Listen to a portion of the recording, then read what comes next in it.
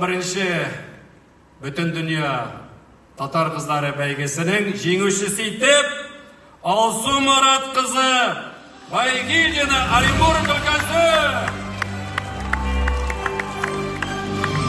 Алсу Марат қызы Байгильдина. Қолығыра татар қызы 2024 бәйгесінің жеңушісі Оренбург өлкесі. Победительница международного конкурса «Татар Каза 2024» Алсу Байгильдина, Оренбургская область. Автомобиль!